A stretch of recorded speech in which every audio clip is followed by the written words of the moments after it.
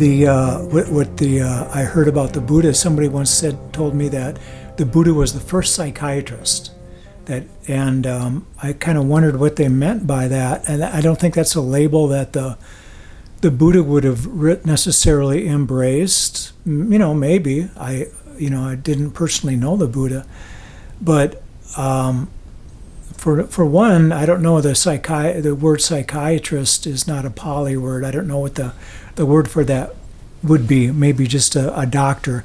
But as we know, a psychiatrist is really understands the makeup of the mind of a human. Like if somebody understands the physiology, they understand the physical part of the body. If they understand the psychology, they understand the mental aspect of the body. So a psychiatrist is a doctor of that mental aspect. And the various people have always brought it up, and I've heard people talk about it, that the Buddha was very very versed, and he knew a lot about the mind. And I can't help feel that it was because of his practices and his ability to see things very, very clearly. Hence the name Insight, and hence the name Insight Timer, which is what we're working with right now, using the Insight Timer app. And many of us practice insight meditation, which is Vipassana meditation. And so if a person understands and sees things very clearly, insightful, they can begin to understand people's minds better, they can understand their own minds better, and they can also understand how to kind of help people make that shift. And what I mean by that is that the story I'm going to tell you about is one of the ways that the Buddha kind of used scenarios and used situations to make a person shift from maybe a lesser viewpoint, like fear, maybe anger and delusion, as opposed to see the world with more clarity and understanding. And this story is about a woman that the Buddha had met through another woman. There was a woman called Uttara, who was the wife of a very, very wealthy friend of the Buddha. And Uttara was a friend of the Buddha as well. His wife was. And Uttara was reportedly to be a satapana, or a stream enterer. Uttara's husband had different views about whether a woman should go on retreat, that type of thing, whether they should be able to go listen to the deeper spiritual teachings. And, so he kind of really enjoyed having control over his wife. But Uttara had this idea that towards the end of the rains retreat, which is the rainy season in Asia, and including India, of course, where during the rainy season, the Buddhas or the monks, including the Buddha, they would go on a 3-day retreat or a 3-month retreat, or sometimes even longer. But typically, it's like a 3-month retreat. They would stay in the monastery, and they would do a lot of studying and a lot of meditating, and that was really the beginning of the retreats that we do these days. And so Uttara wanted to go to the last 15 days of this retreat and take her precepts and do some really good meditation, spend a lot of time meditating. And so what she did, she had a friend called Sarima, and Sarima was a courtesan. She was very, very beautiful. She was reportedly strikingly beautiful.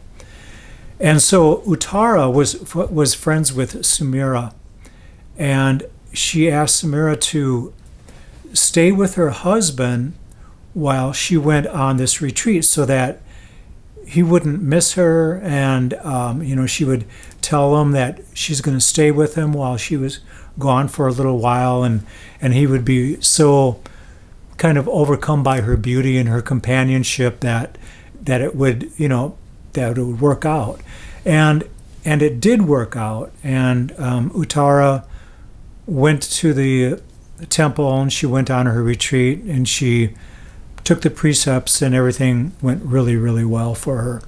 But she came back, and Sarima, for some reason, she was kind of struck by this family life, and she really enjoyed kind of pretending that she was the mother to Attura's husband. And so when Attura came back, she saw that Sarima, she thought that Sarima had, taken over the household and was sleeping with her husband, and she started kind of scolding Sarima, and Sarima was really taken back by it, and she really, really lost her temper. She lost her temper so bad that there was some boiling oil that was on the fire, and she actually poured that over Attura's head. And of course, this would devastate somebody. It would burn the skin right off their body. But Attura, the way the story goes, since she was on this retreat, and that she had obtained these high levels of realization, that she immediately sat down and began to practice metta for Sarima and for the whole misunderstanding and the whole situation that was happening. And it was said that when she did this practice, this meditation practice, that the oil slid off of her like water slides off of a lotus petal. A lotus petal is like it's kind of like water off a duck's back, right? Where it just slid off and did no harm to her at all. And Sarima was so taken back by this that, and first of all, she probably felt very, very bad that she did it to her friend in the first place, perhaps killing her friend, but like permanently maiming her and burning her, but it didn't faze her at all.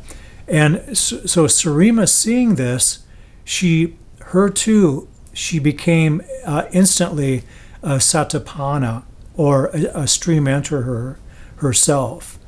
And she was so shocked into what had happened that she set aside her courtesan ways, and she vowed to help the monks out. And she actually, her promise was that she would feed 8 monks a week on a particular day of the week.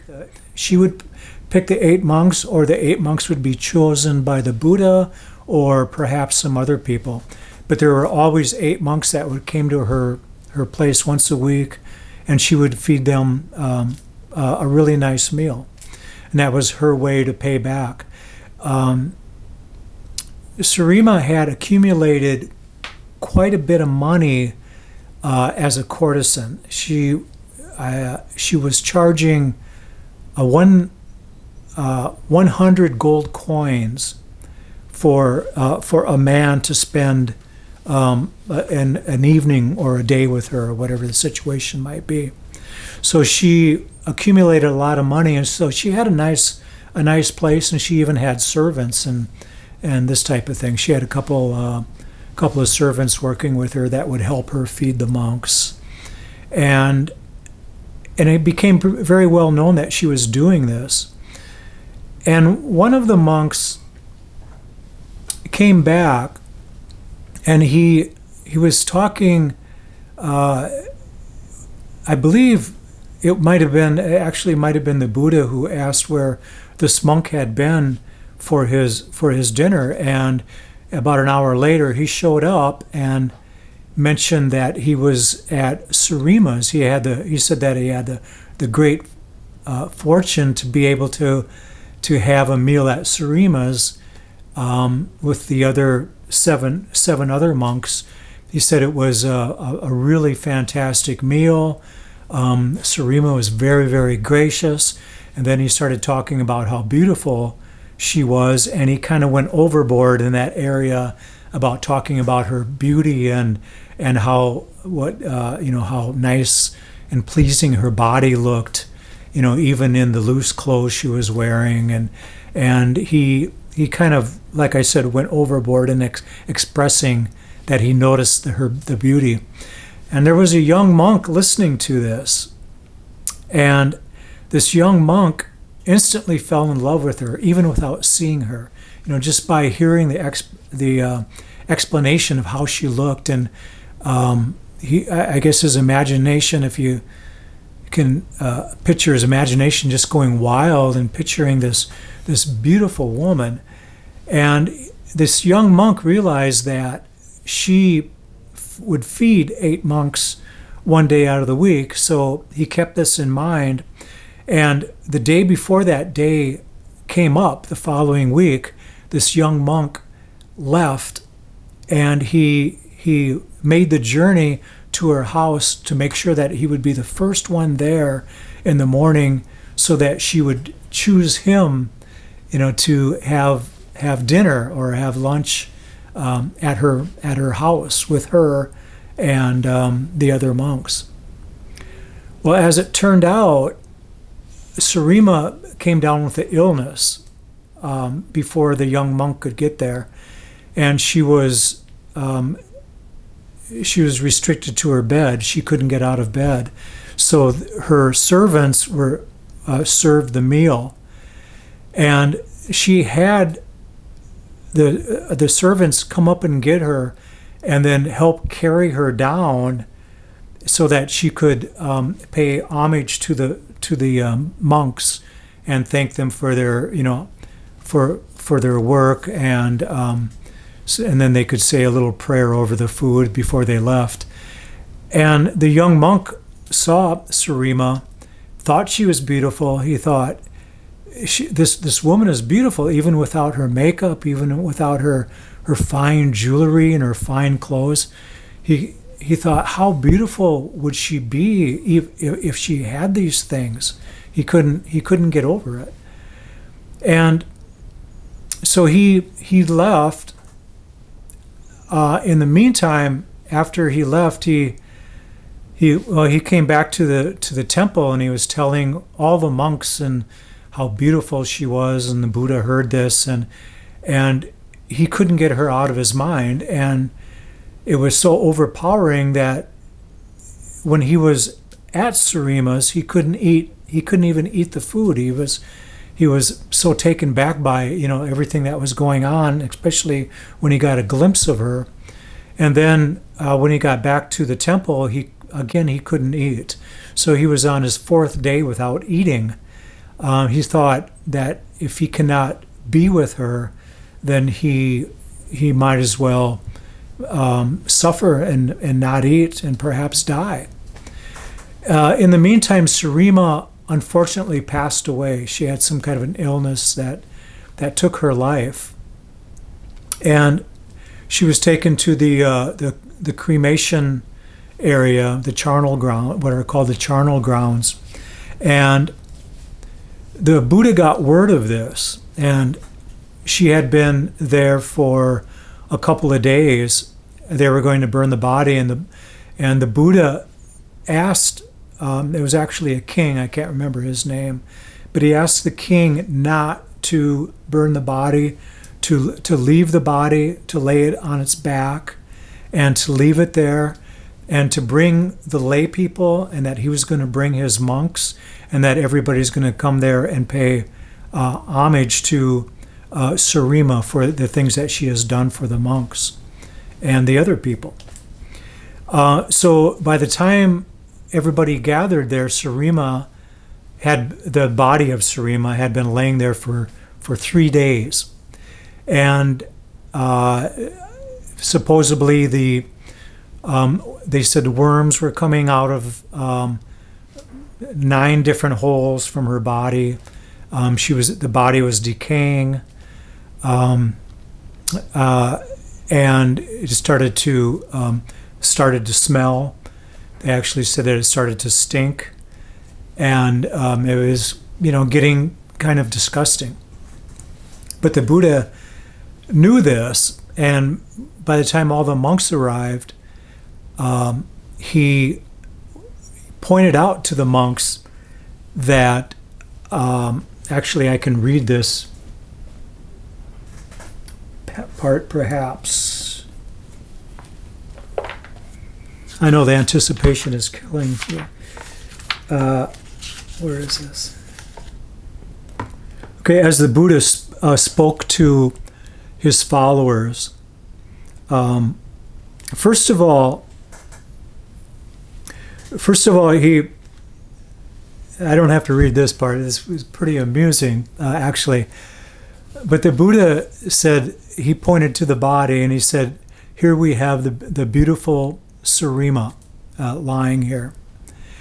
He said, it's known that a person would have to pay 100 gold coins to spend time with her. And he said, we are now offering Surima's body, the body of Surima, for 100 gold coins. And he said, do we have any takers? And no takers, nobody raised their hand. One fellow suggested that the Buddha divide that in half. And the Buddha said, fine. You can have Surima's body for 50 gold coins. Again, no takers. He divided it in two again. He said for 25 gold coins, you can have Surima's beautiful body. No takers. He divided again. He got all the way down to 1 gold coin. No takers. He got down to 1/6 of a gold coin, and there were no takers. And finally he said, we're giving away Surima's body for free. Does anybody want Surima's body? And nobody wanted it. So as the Buddha spoke to the crowd, he said, you monks, my dear sons and other friends, behold this woman Surima, who has been dear to many, formerly one who had to pay 100 gold coins to be with her for pleasure. Now there is no one who will take her, even paying nothing at all. The beauty that was so highly valued has now come to destruction.